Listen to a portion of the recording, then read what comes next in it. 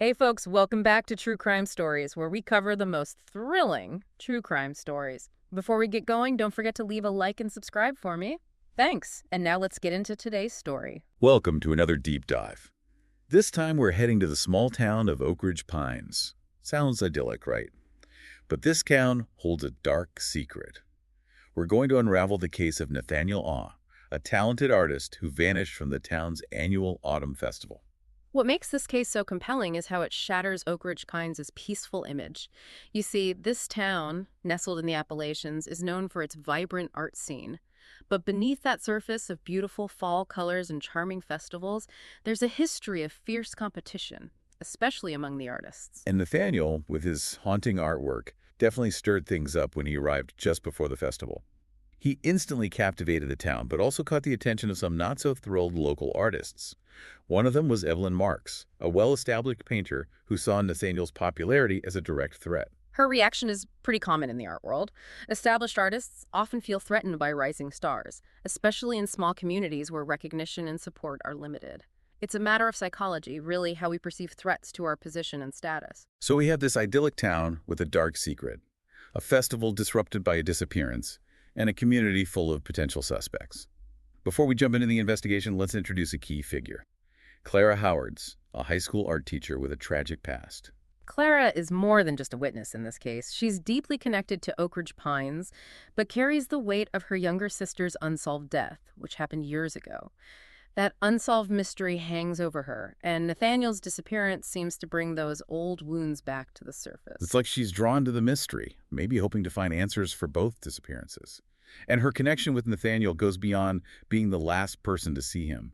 They shared a deep conversation about art, loss, and the shadows that haunt us. His last words to her were chilling. Art comes from the shadows of one's soul. That statement becomes even more interesting when you consider how unsettling Nathaniel's artwork was. It often featured these distorted figures and dark, symbolic landscapes. It's as if he was trying to express some inner turmoil or maybe even a premonition. Let's go back to the beginning, to the Oakridge Pines Autumn Festival. Imagine the scene. Craft vendors, pumpkin carving, live music, the whole shebang. Clara was there showcasing her art, which was heavily influenced by her sister's death. And then Nathaniel arrives. And he makes quite the entrance. His art, with its dark and evocative imagery, was unlike anything the town had seen. Crowds gather, whispers fill the air. He was undeniably talented, and the buzz he generated was palpable. He was this intriguing stranger, captivating the town but also attracting unwanted attention from those who felt threatened. And that's where the tension starts to rise. Witnesses recall heated arguments between Nathaniel and other artists, particularly Evelyn Marks and Tommy Hargrove. They saw him as a threat, an outsider encroaching on their territory. Right, and remember, it wasn't just about artistic differences. Evelyn felt threatened by Nathaniel's instant popularity. She had worked hard to establish herself in Oakridge Pines and saw Nathaniel's success as diminishing her own. It was professional rivalry and the fear of being overshadowed. And then there's Tommy Hargrove, a volatile personality who was very vocal about his dislike of Nathaniel's work. Some even described him as being obsessed with Nathaniel, constantly criticizing his technique and style. Tommy represents a different kind of threat, one fueled by jealousy and a sense of inadequacy.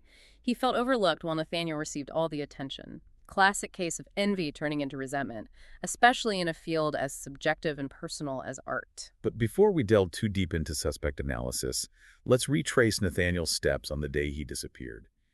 We know he had that long conversation with Clara about art, loss, and creative expression.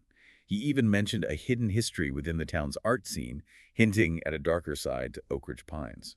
That conversation holds some crucial details. It suggests Nathaniel sensed something unsettling about the town, maybe even a sense of danger. And his reference to a hidden history within the art scene, that implies a past shrouded in secrets, perhaps even a conspiracy. Exactly. So after their conversation, Clara takes a break from the festival, heads towards the lake for some fresh air. During that time, witnesses saw Nathaniel get into a heated argument with Evelyn near his booth. And this crucial moment was caught on the festival's security cameras, showing their confrontation just before he vanished. That security footage is a key piece of evidence, right?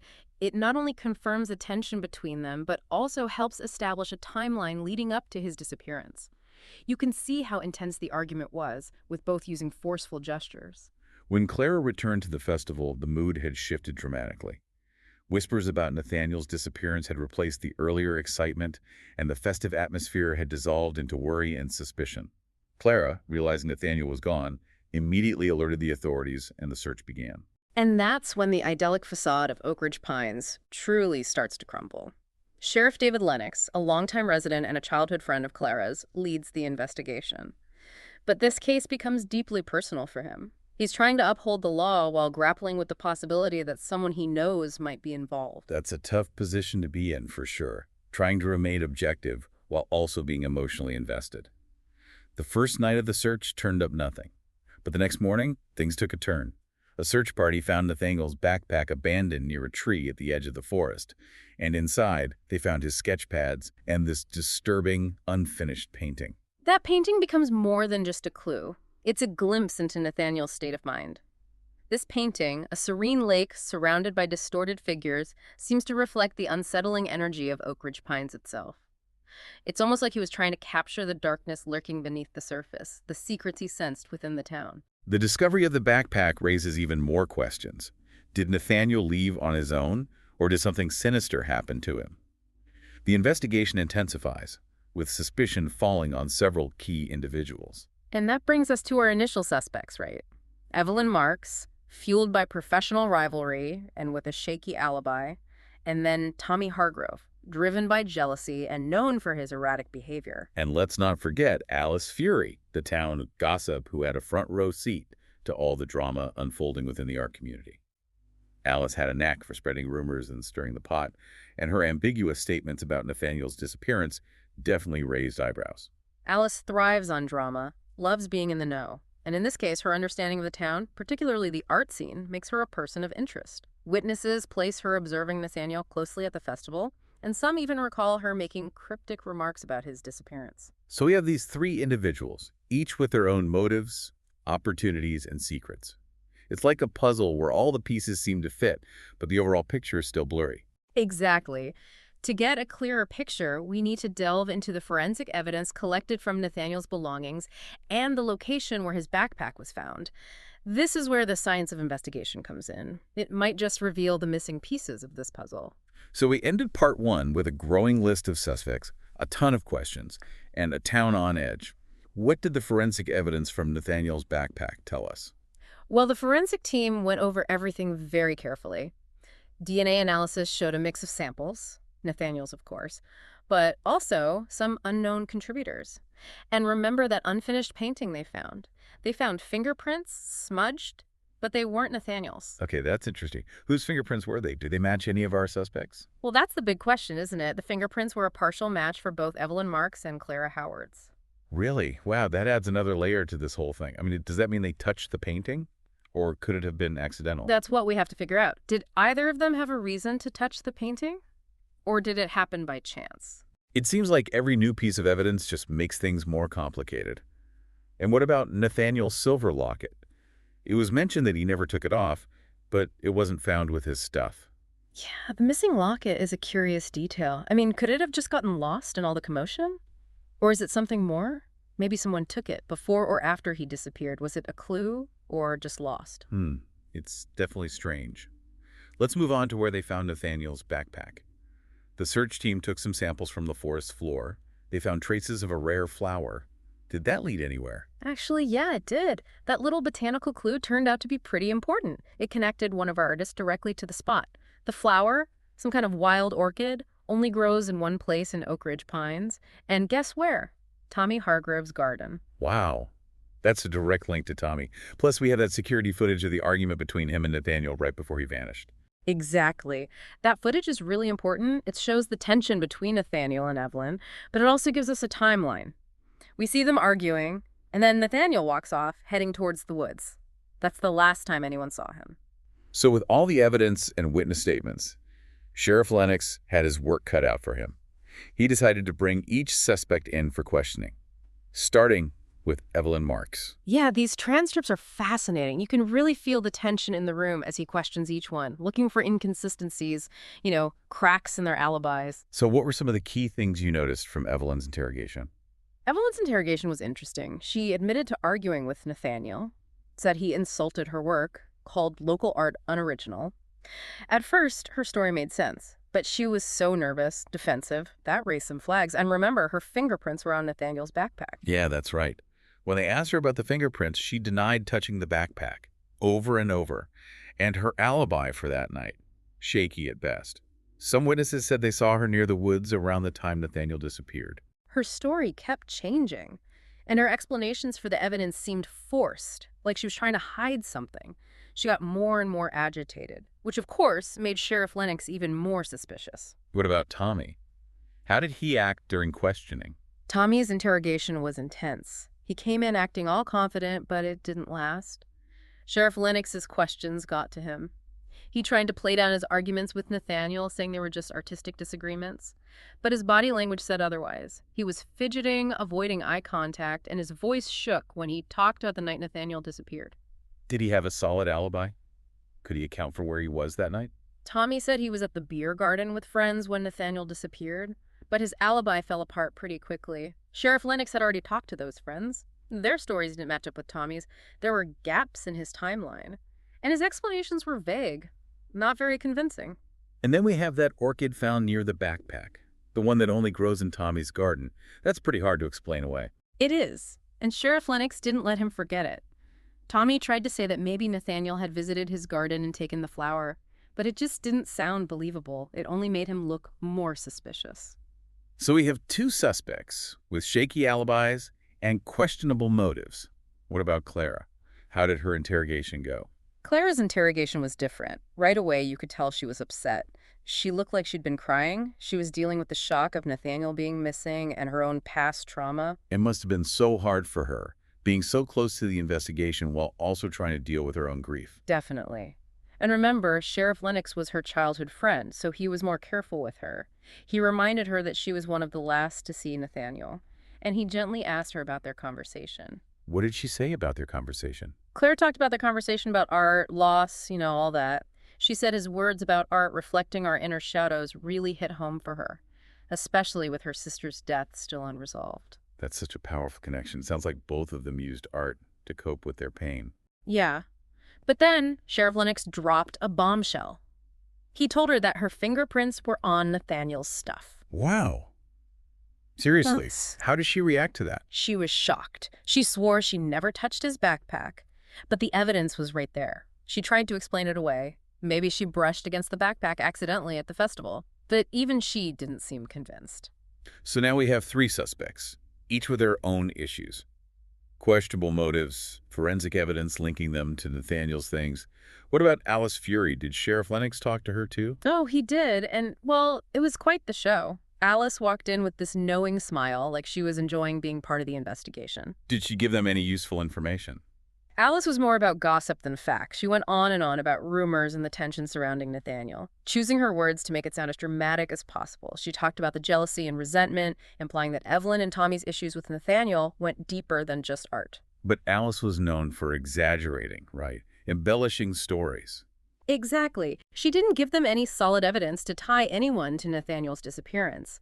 But her insight into the art community was valuable. She confirmed the tension, especially between Nathaniel, Evelyn, and Tommy. So we're left with these four suspects, each with their own baggage, their own alibis, their own secrets. The forensic evidence adds another layer of complexity, but we're no closer to the truth. What happens next? Well, Sheriff Lennox realized he needed to dig deeper. He had so many leads, so much conflicting information. He knew the key was understanding Oakridge Pines' past, the secrets hidden within its artistic community. Sounds like we're about to uncover some skeletons in the town's closet. In part 3, we'll explore the dark side of this seemingly peaceful town and the shocking truth behind Nathaniel Oz's disappearance. We left off with a bunch of secrets, a town holding its breath, and a sheriff who's starting to think he might not know his town as well as he thought. So where do we go from here? Well, Sheriff Lennox knows this isn't just about a missing person anymore. It's about all the secrets that have been hidden in Oakridge Pines, maybe for years, secrets that have affected the whole art community. He starts digging into the town's history, especially that hidden history Nathaniel talked about with Clara. Makes sense. Sometimes you got to look back to figure out what's happening now. Yeah. What did he find? Turns out, back in the 70s, Oakridge Pines had this underground art scene, a group of artists doing things differently, pushing boundaries, but it was all very hush-hush. Their meetings were secret, hidden away. People whispered about these wild art installations, controversial performances, and they were fiercely loyal to each other. Sound like they were real rebels shaking things up. But why all the secrecy? They were afraid. Their art was too much for the town, too edgy, too different. They were criticized, censored, even threatened.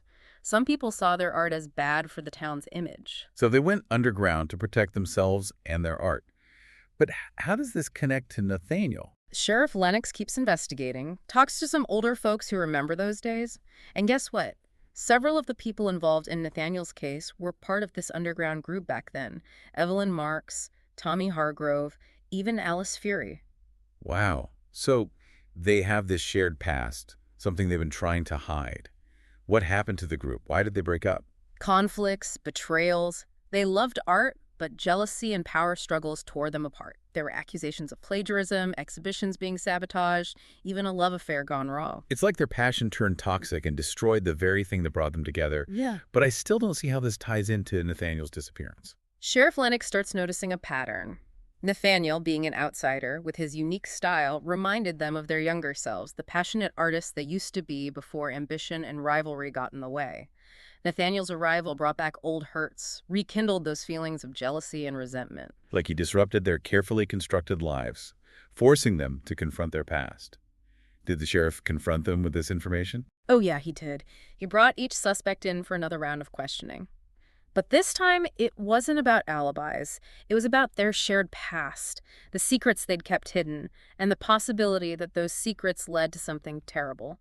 What was their reaction? It was revealing. Evelyn, who always seemed so in control, she got flustered. Her composure just crumbled as the sheriff pressed her about the past. She denied having anything to do with Nathaniel's disappearance, but it lacked conviction. She couldn't even look him in the eye. And what about Tommy? How'd he take it? Tommy got really agitated. He accused the sheriff of dredging up the past, trying to ruin their reputations. He said that the underground art group was just a youthful mistake. But his anger, it seemed like he was hiding something. Maybe fear of being exposed. Yeah, Alice Fury. Oh, How did the town gossip handle being questioned about a secret society? Alice loved it, of course. Attention was her thing. She confirmed the group existed, even adding her own dramatic spin to it, talking about dark rituals, secret codes, even mentioned a rumored pact to protect each other no matter what. But with Alice, who knows what's true? She loves to exaggerate. So we have all these secrets, betrayals, a past that haunts them. Did anyone break? Confess. Not at first. They all insisted they were innocent. But Sheriff Lennox, he could sense that the truth was close. He knew one of them was holding back, knew more than they were saying, and he was determined to get to the bottom of it. Okay, this is getting intense. What did he do next? Sheriff Lennox decided to focus on the fingerprints on that unfinished painting. Remember, the lab identified two sets, Evelyn's and Clara's. He went back to that security footage from the festival, watching every single frame. Did he see something? Yeah, he did. In the footage, Nathaniel is packing up after the argument with Evelyn. You can see he's upset. His movements are all rushed, almost frantic. He picks up the unfinished painting to take it to his car, but then someone bumps into him. It's hard to see their face because the footage is grainy, but you see them reach out and grab the painting to steady themselves. Could that be how the fingerprints got there? Just an accident in the middle of all the chaos? Could be. Sheriff Lennox zooms in on that part of the video, trying to see who bumped into Nathaniel. And then he notices something, a flash of silver in the sunlight. It's a silver locket, just like the one Nathaniel always wore, the one that's missing. Wait, so the person who bumped into him, who might have left those fingerprints, they were wearing Nathaniel's locket. How is that even possible? Sheriff Lennox rewinds the footage, looks at what happens right before the bump.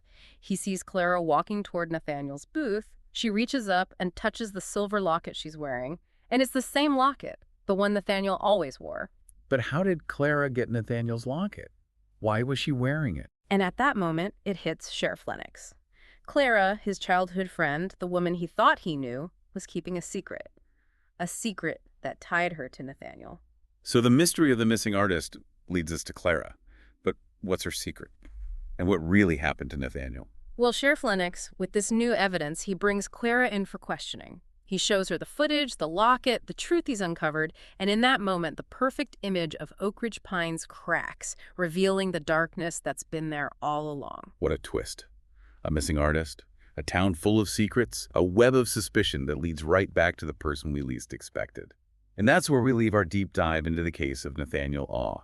A reminder that even in the most picturesque places, darkness can lurk beneath the surface, and sometimes the people we think we know the best are the ones hiding the most. Until next time, keep those lights on.